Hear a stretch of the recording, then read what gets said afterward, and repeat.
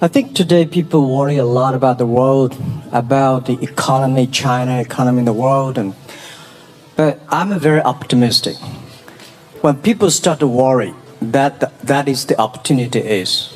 But I worry about the blood testing, and she created good things. And I think great innovations, great companies always happen in the tough times.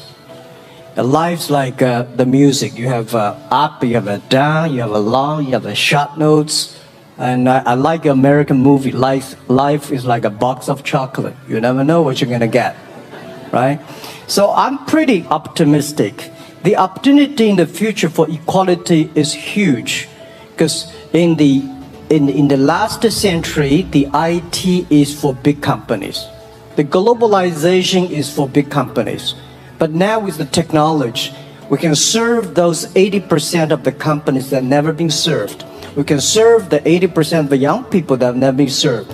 Technology for internet is so cheap, so easy to use. One of the reasons why we grow in China e-commerce so fast, much faster than the US, is because our infrastructure of commerce in China was too bad.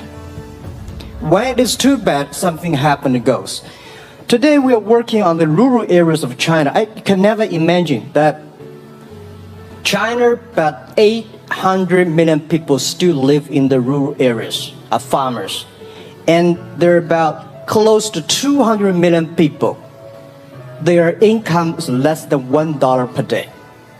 And before the internet, it's impossible for these guys to reach the PC because it's so difficult. Even people like me, I don't know how to use a PC. But now, 80% of the farmers, those people using mobile phones. When you have the mobile phones, the internet, the data, things change a lot. So I'm excited about the future. People always worry. I love the young kids sitting there and talking about the dream, the hopes. Because if they have the hope, we have the hope. That's what I believe. And let's just take what you do. And I've loved every description I've ever heard about how you serve people, and your story about the bamboo farmers and your wife and her friends. It was fabulous. But where's this going? What are you going to do? What are your plans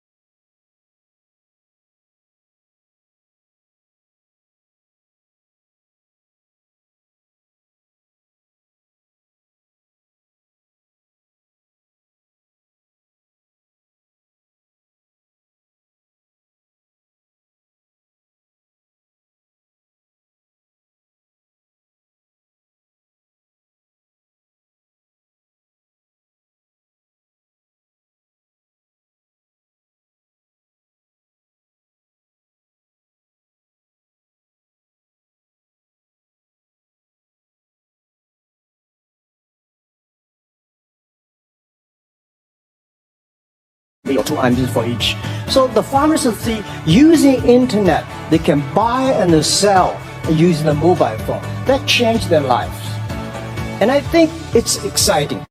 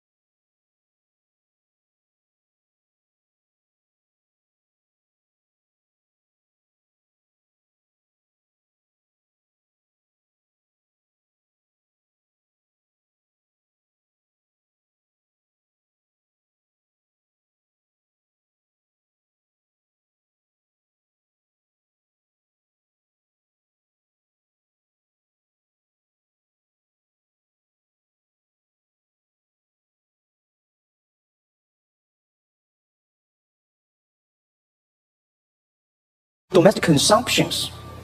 Domestic consumption is not driven by government, it's driven by entrepreneurship, driven by the market, not the government. So in the past 2 years, past 20 years, government is so strong. Now they get weak. It's our opportunity. It's our showtime to see the market economy, entrepreneurship, how we can develop the real consumption. I think if the China develop the great consumption, we have a 300 million middle class. In next 15 to 20 years, we're gonna 500 million middle class. We need to import a lot. So when we start to import, that's great. It's gonna. I worry a lot when we export. When we export, we got a terrible sky, we have a terrible water, we have a terrible environment. When we start to import, we got to be better. So that's all the great opportunity, guys. Be happy about that. I'm serious. I agree with that. I'm serious. Yeah. Worry about yourself. Don't worry about the others. The reason some of us worry about China is we depend on you to buy our debt. However, I tried to be more Chinese when I was president. I saved a lot of money, so Good. But I just wanted you to say that because I really believe that. I mean, I think you're absolutely right.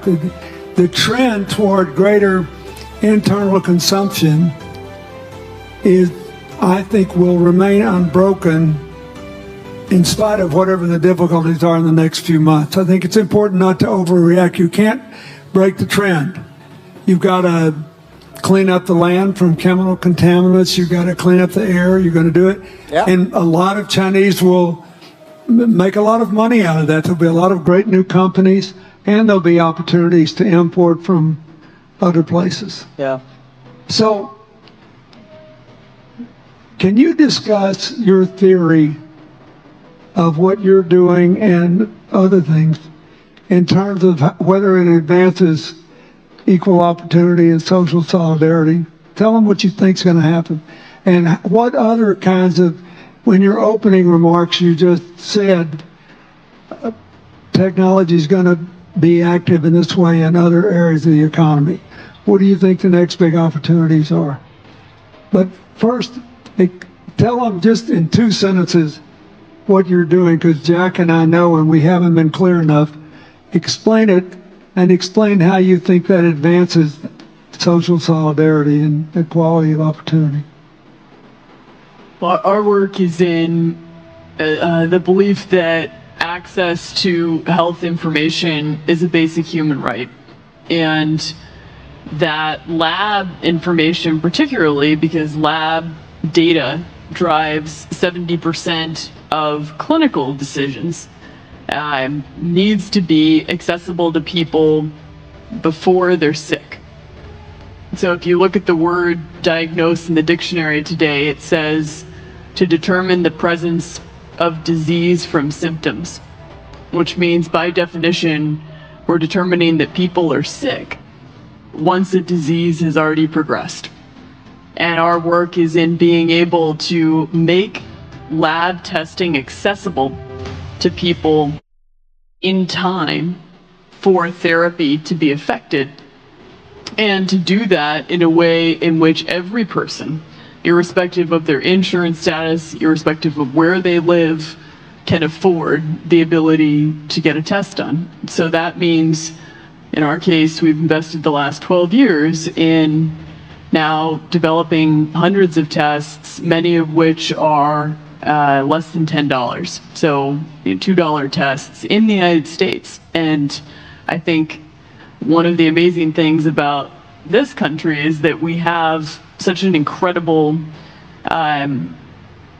ecosystem for fueling creativity, and that creativity can create new markets. So in answer to your question about the market being able to conform itself to social good, I think the creativity that goes into creating these new technologies creates new markets in and of themselves. And our basic belief is that those new markets come from empowering individuals and enfranchising individuals and trusting that individuals have the capability to engage with information, and in accessing that information, beginning to take control of their own outcomes and their own health outcomes, and in doing so, changing the way our healthcare system works. Think what this could mean for rural China, Yeah. for rural India, for Native American reservations Yeah. in America, for the Mississippi Delta, for the remote areas of where all the jobs were lost from coal. You're all of a sudden giving people information. And one of the most important things I think we did in my second term as president in the healthcare fund was develop this diabetes self-care program.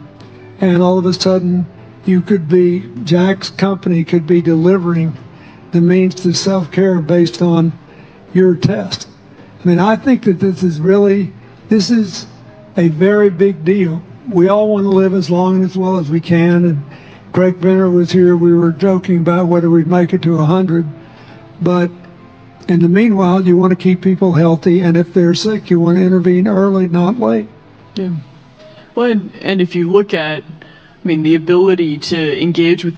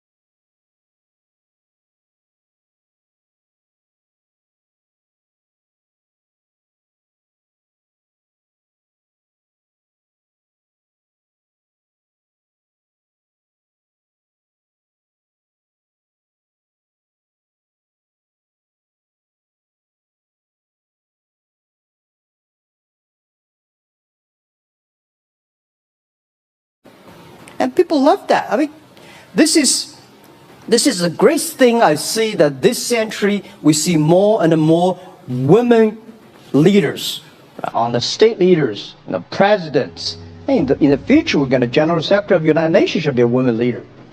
And this is the great century for equality. And I feel excited about that. Let me ask you,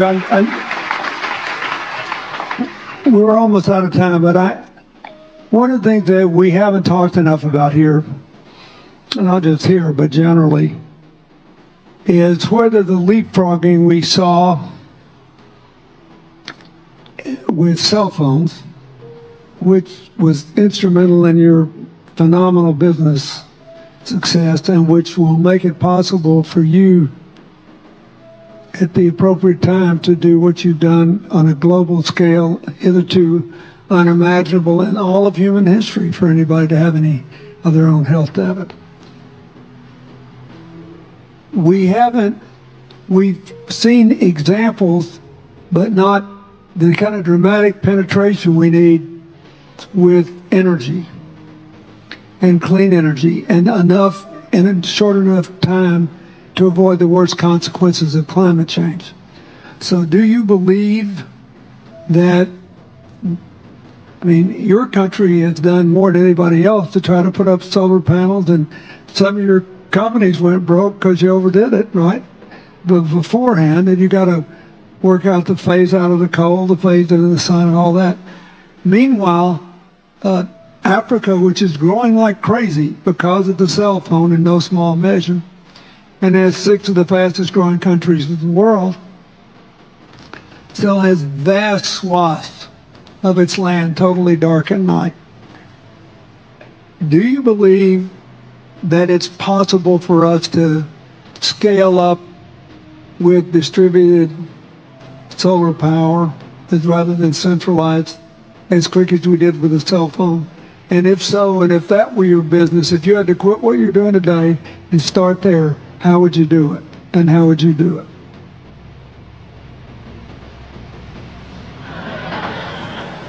First, I know that. I'm such a huge believer in technology, and I think especially right now, we're at an incredible time in terms of new technology and the ability to apply technology in a scalable way towards solving some of these problems. So I would look at it in the context of some of the renewable solutions that we already have, and in the context of empowering, connecting individuals with access to those solutions, and in the context of creating markets around them. I think that there's real opportunity to actually create an ecosystem in which people can financially benefit from these solutions, and I think that's going to drive an adoption. I think in developing economies, there's a revenue stream associated with that, and the more we can turn even already some of the technologies that we have into markets, the more that we can fuel, I believe, local growth and individual engagement in beginning to adopt some of these solutions. And just related to that, Jack, you answer it, and then I'll ask you one final question. Yeah, I am a strong believer that technology can make world much better, because people say China economy is getting slower. I'm happy about the 7%, even 5%. Even 5% of the GDP of the number of China, the second largest economy, is big enough. But you don't expect China to keep on growing 11%. Because like one human body, when you're 1.8 meters tall, you cannot keep on like a 10% growth every year. You have to grow the quality, your mind, the wisdom. So I think China needs new technology to solve these problems. And which today, the data, the clean technology, all these things that China is supposed to do, if we keep on the tradition, the old ways, we'll go nowhere. But this is why I feel excited, because people ask me, what is your dream now? Because I never thought I would be today. I can sit here talking to president. I'm like a guy, on the street, and like failed 3 times for university, 5 times for high key schools. I applied for 10 times in Harvard School, all rejected. I never thought because of the technology, because the internet gives me this opportunity. So I'm thinking when I retire, I don't want the Chinese people have a terrible water to drink, unsafe for food, and the money we make all spent in the hospital. That's disaster. So how we can use in the technology to enable young people, the great chance of this world, don't worry about it. We got 1.4 billion people who were born in 1980s. They are the people of the internet times. They are going to have new ways to solve the world problems. The things you're worried about today, they can solve it. And a human being have these kind of worries for centuries. And young people can always solve it. And today, when you have the right direction, clean energy, the climate change, all these issues, they will be solved, and these are the great opportunities ahead of us. Anything else? I agree with that. I think the more we can enfranchise people, the more we can create ecosystems in which individuals are empowered, the more we give rights to individuals to be able to build businesses, to be able to pursue the economic benefit of technologies, the more you see these markets change. Before they leave the stage, I want you to look at them. And I want you to think about the time we have had to spend here dealing with the refugee problems in Syria and Lebanon. Stand up, Elias. This is my friend Elias Bousab. He's the education minister in Lebanon. He's going to educate all these kids.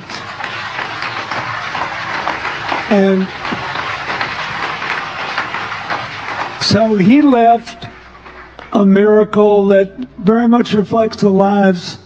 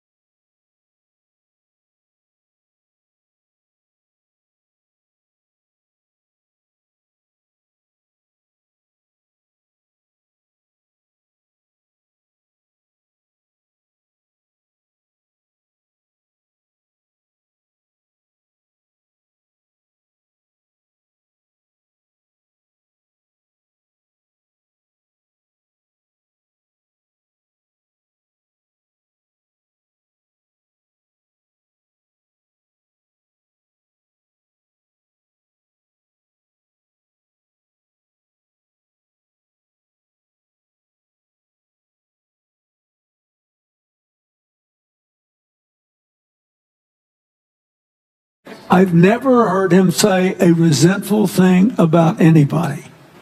I have seen him give and give and give, try to give the people in his native land opportunities. Why am I telling you this? He's had a good life because he never defined his life with negative reference to anybody else. He never begrudged anybody else's success. And he thought he had an obligation to help other people. I'm telling you, we are back in a time of collective global insecurity where the main struggle is the oldest one in human history, just in modern techno realities. I mean, if you were trying to build the Middle East, you would think about our permanent sponsor here, the ambassador from Oman, who her government tried to help head off a calamitous war in the Middle East over the nuclear issue in Iran. We all pray to God that it'll work out all right. And the least you may. You look around all these places, wherever people are putting aside their differences and working together, good things are happening. We cannot achieve economic or social equality without living in the factual realities of the world we face, looking at the obstacles, looking at the opportunities, making the best decisions. And those of us who even feel good about ourselves because we think we spend a lot of time giving, our whole goal should be to work ourselves out of a job. One of the things that Bill and Tandy Austin are sitting there with Starkey, they started giving away hearing aids, and then they decided, well, we better teach these young people how to speak. If they get the gift of hearing, they'll have to learn that. So they got into the education business. Sonny Barkey got into the education business and decided somebody ought to do something really dramatic to remind people that the only people that really matter are the teachers. So he gave the first Global Teacher of the Year award last year, and an international panel gave the prize to a teacher from Maine who promptly gave the entire $1 million to her school. The woman never made any money in her life. She gave all the money away immediately. The future is going to be forged by people